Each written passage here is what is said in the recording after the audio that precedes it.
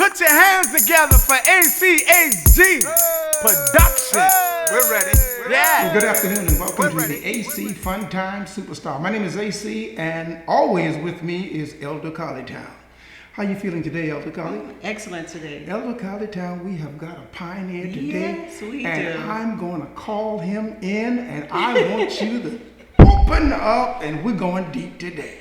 We're going to talk about where we are, where we came from, and the man, I'm going to let you see who I'm talking about. Hold what you got. I'm just so excited. And I have a special guest. And everybody knows him.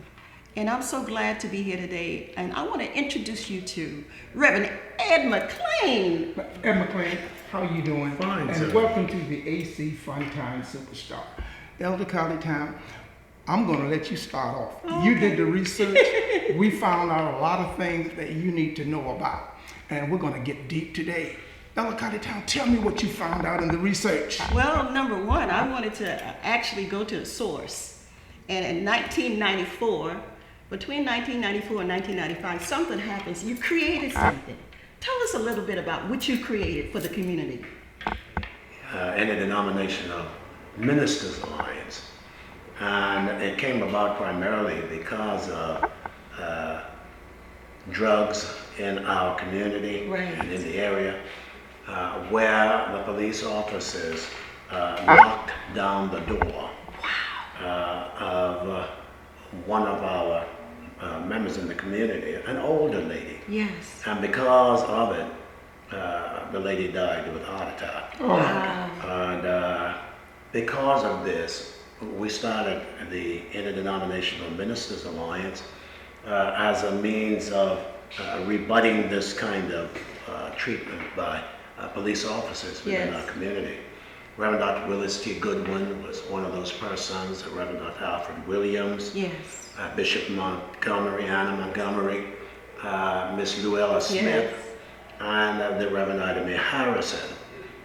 We got together and we basically created and started the Interdenominational Ministers Alliance.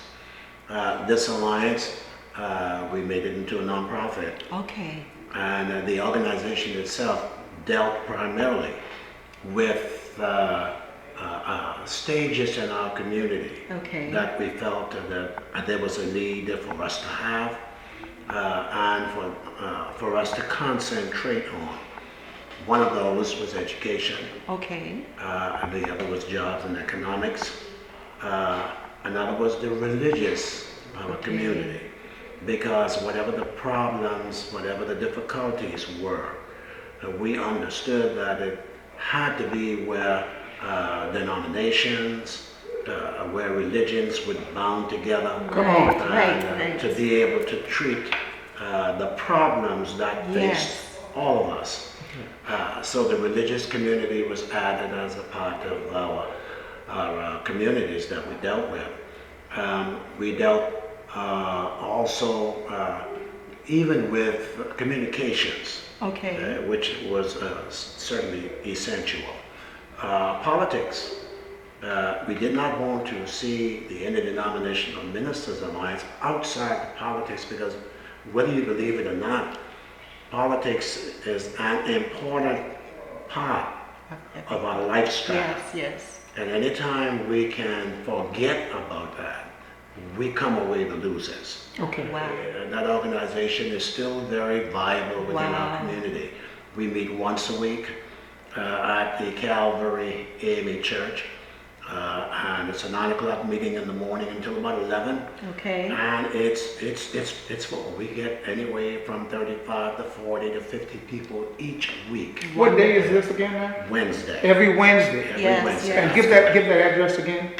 2040 Groveland Avenue in North Charleston. That's Calvary AME Church. We meet in the fellowship hall there. Is the public invited? Oh yes. Yes, The yes. public is always invited to come, to be with us, to share with us. We find basically, and let me clear, because we made the organization so that it is now not just ministers, Okay. but that the laity Okay. also has a part in what we do. Okay. So we open it up to the ministry as well as to the laity. You know, off camera, you and I had a conversation, and we were talking about the fact that where we are today is not necessarily where we originally planned to be. Now, somewhere along the line, the ball got dropped. Could you kind of tell me what year do you think they dropped the ball? Because we first started off talking about the fact that if someone told you that you were going to die when you were first born and showed you a picture of what you can accomplish in life and told you that you could do all of these things and have a wonderful life, or you could do nothing and become a loser, how would you go about your life? And we talked about the fact that it's the parent's job to prepare and instill in that child the things that they need to do to prepare for the storm. And you mentioned the fact that the storm will come. But if they've got that teaching in them, they can survive. So, Reverend McClain, can you please share with our viewing audience, because you're a pioneer and you've been here and you've done a lot. Yes. And we really appreciate you building this foundation. Yes, and definitely. the youth today really need to know what you all sacrificed so they can jump on board and keep this thing going. Because we are depending on them, because you and I both are retired. And you don't want to go back to work. I don't want to go back to work. Right, so we want to enjoy the rest of the life. So they're going to have to do the work. Huh? They're going to have to go to the grind. So what year did the ball got dropped? Let me say, I think we dropped the ball some time ago. Okay. And I say that because if we are looking from a scriptural perspective, Okay. one of the things that was taught to the children of Israel Okay. early on, that you remember this day, Okay. that God has set things up for you, and with the realization that He is God, and that He can take you out of troublesome situations at any time. And don't forget the God who has taken you out of this enslaved situation. Yes. See. And one of the words that was said was that you teach it. Preach. You see, to your children. Right, exactly. To your children's children. That's what we need. That's Your exactly. children's children. And in other words, it's a generation thing. Yes. But the teaching has got to be there. Right. Where the teaching lapses, then children fail to learn. Right. And the streets then become the teacher. Yes. Wow. We talked about that. If you don't have a plan, life will give you one. You better know it. Exactly. And you have to have a purpose. Elder Colletown, on that note, I want you to talk a little about what you do. Because what Elder Colletown is doing right at this time here in the community, in fact, it's called Tech Up. Tell them about it, Elder Colletown. Well, it's called Tech Up, Step Up. And it's a program where the elders give traditional knowledge, Gullah Geechee knowledge, doll making, cooking, building a house, from scratch. And then they exchange that with the young people. And the young people teach us technology. And that's working. And I'm doing it right here at this center that you started. Yes. And it's so profound. I believe that everything's connected, and I was supposed to be here this day. In my mother's womb, it said I was supposed to be here this day with you and Arthur. So that's the program. I'm excited about it. We're getting people to come in, but we're trying to let the young people know your greatest resources is your elders. How? And that's why you're on this show today. Because we would love for you. We're going to take a break right here. Yes. We don't want to feed you too much. That's right. You might not be able to burp. That's right. We're going to take a break and give you some honey, and we'll come back and give you some castor oil. Stay tuned. Don't you go anywhere. You are listening to Star 99.7, home of the Steve Harvey Morning Show, R&B and old school throughout the day. Good Friday evening to you. I am Savannah, and hey, talking about Friday, tonight at 12:30 a.m., make sure you check out Comcast C2. Check out AC Funtime Superstars with the Baby Boomers. And hey, if you check it out, guess what? You'll get a chance to see one of the Star 99.7 All-Stars. We're going to be right there behind the scene doing our thing with AC Funtime Superstars with the Baby Boomers this Friday night at 12:30 a.m. Check this out. If you want to know about the 60s and 70s through positive music, dance, and inspiring, enriching, empowering the community, check it out tonight. AC Funtime Superstars with the Baby Boomers on Comcast C2, 12:30 a.m. Don't miss it. I am Savannah for your number one station. It is Star 99.7. We're going to go back in the water. We got boots on, but we're going deeper. We're going to have to get waist deep. Reverend McClain, Elder Colleytown, I think before we went on a break. Plus, I hope you enjoyed the break. As you can see, we are all over town, and we are serving casserole, and it does not have any honey in it today. Right, all day. It's a serious dose of casserole because our people, some of you are sleeping, and we are here to wake you up. And Elder Colleytown, you want to get deep in the water and find out where did he come from and where did that script come from? Yeah. And we want some of it. I know, right? Go ahead. Well, I tell you what, I know that you have this strong will and self-determination, but I know you're a man of God. Tell me a little bit about how did you get all the wisdom that you got to matriculate through this world that we're in? Because these people need some of it. I want to piggyback and get I some know, of it. right? Iron sharpens iron. Let me say how thankful I am, how Yes. grateful I am that I'm sitting next to the two of you. You've got passion galore for what you do, and that I think is awesome. Let me say I was born and bred in Arwindale, South Carolina. I passed through and completed school in the Charleston County Public School System, attended Allen University for 2 years, left there, went to Washington, D.C., where I graduated from the University of Washington, D.C., D.C. Teachers College at that time. Got my master's degree from George Washington University. Spent a number of years in Washington there, where I had my own detective agency. Yes. Okay. And I did that for a number of years. Was the bodyguard for James Brown. Yes, yes. Yeah. The Godfather. Godfather. Did y'all hear that? Yes, right here in our community. Yes. Just had an enjoyable time. We dealt with entertainment, there, the entertainment force that came into Washington, D.C. And my detective agency was responsible for that. Okay. I left Washington after 18 years, Washington, Maryland area, because we bought a home in Maryland. Okay. I was blessed to find the most beautiful lady in the world. Oh, wonderful. And my wife, Sally, and we were married at a very early age.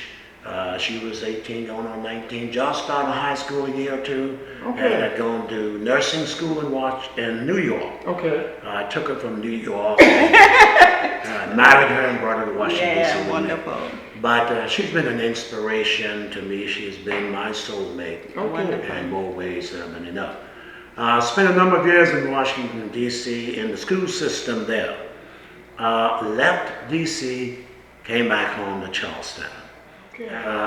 Got into the ministry, and in so doing, my first appointment was at Calvary AME Church. And that's the church that God blessed me to serve for 33 years. Wow, excellent. In the Union Heights community here, at that time, drugs was a prevalency. Alcoholism, prostitution. What year was this? 1981 was when I came back here, Okay. when I started here. One of the good things that I must say is that no matter the setting of the situation, we had some good people in Union Heights. We had some people in Union Heights who just desired to have some leadership where we could get together and make things happen for our community. I like that. That Make makes things sense. happen. Make Yes, things yes. happen. And we had that joy. We had the kind of a backbone here in the community that we stood up against improprieties brought into our communities that we knew was not good for our community. Right. And we fought these things head up, head down. Okay. God is never lost No. in terms of where we are. True. He is always mindful of where you are and the situations that you're in. And if you continue to press forward, Press, yes. He will give you everything you need. Hold right there. That's We're going to take a break right here. And I want to warn you, don't go anywhere. No. Because off camera, we had a conversation, and he is going to really take you into deep salt water. I'm so We'll be right back. Okay. But it tears her apart, 'cause nothing's for her heart.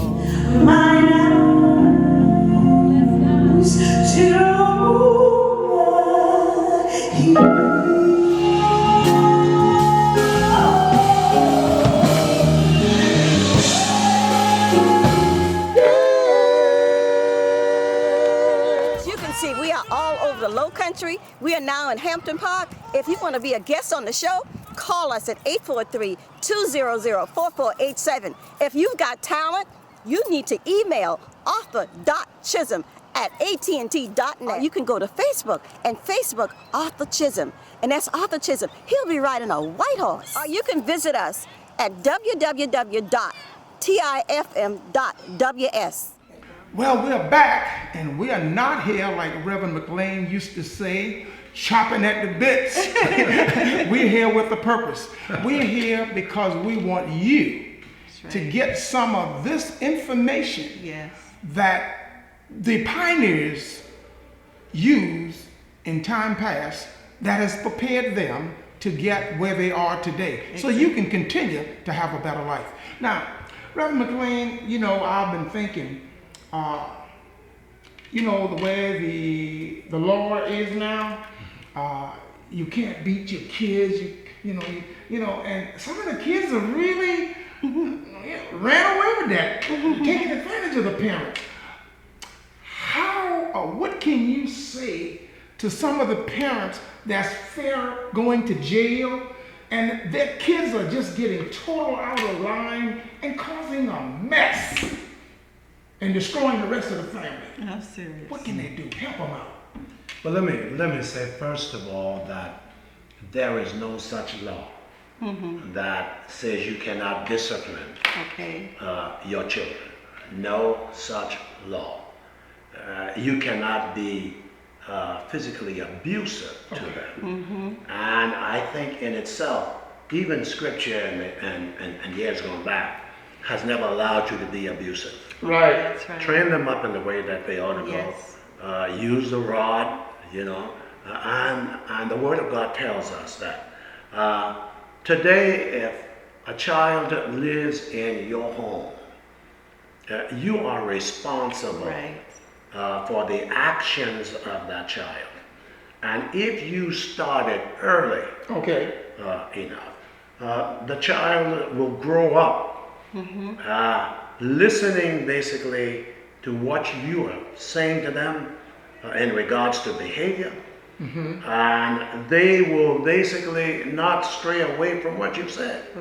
If you say something to a child and that child moves to do what you said not to do, Right. and you do nothing about it, Okay. they simply take a step further Oh, towards they what try they do. Exactly. Oh yes, they will do that. Exactly. And they will continue to move in that direction as long as you do nothing. Nothing. But oh, I promise you, if you take it to cause that the moment you said don't do, Right. and they move in that direction and look at, because they do that so wonderfully. Yes, well, you know. yes. They look at you and they'll move another step.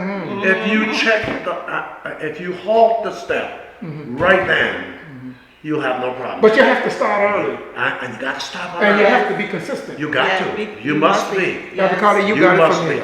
Wow, that's amazing because I've seen that with my grandson. You know, I went to Atlanta and he was like, get ready to do something. His mom said, don't do that. And he was getting ready to do it anyway. And she said, don't do it. And after a while, he kind of knew the voice that she was using was a don't do it voice. But in the meantime, you know, as I was thinking about my grand, you know, because he's coming up, he's 2 years old, proactively, I'm always thinking about things that we can do before things happen. And so we went to the town hall meeting with Congressman Clyburn and those, and they talked about freedom schools. Okay. And I want to get your, tell me a little bit about what you think we need to do in our communities to bring back the school, the institutions, and the business. Tell me a little bit about it. We want to fetch it. Yeah, go back and fetch it. I think it was an awesomely wonderful process. Okay. I think much of what has happened in our school system today has been because there has been a void Okay. in that area. To work in our community to bring back those items in Freedom School, where you can bring kids in a particular setting and allow their work to be displayed. Yes. You know, I think that that's awesome for kids. I think too, where I find that there's been a deficit is that we have not had the amount of work in a community Yes. on the part of our pastors. Ooh. And, you know, and I'm not knocking that. I understand. Our pastors are doing a wonderful Yes. job, but the work has got to come out of the church Okay. Great. into the community. In the community. Into the community. Meet them where they are. That's Yes. right. Because those probably whom you do not need to see, Right. who are in the church, they're in the community. Yes. So we've got to come out and form that barrier in the community against those kinds of things that our children ought not be involved Right. in. Exactly. And it takes a community to raise a child. That's right. Okay. Yeah. Reverend McClain, right here now, I'm just sitting here and I was just processing all this powerful information. Yes. And you know, at the town hall meeting, I sat and I listened as I filmed the show, and I'm thinking to myself, because of all what's going on in our community, Yes. it seems like we are ready now because of what's going on. And Pastor Kennedy in the show with the question, are we going to now work together Yes. because of what's going on, or are we going to go back to our religious corner and go back to doing the same? I'm wondering, as I said, it appears, I'm going to say, it appears that we are ready to come together.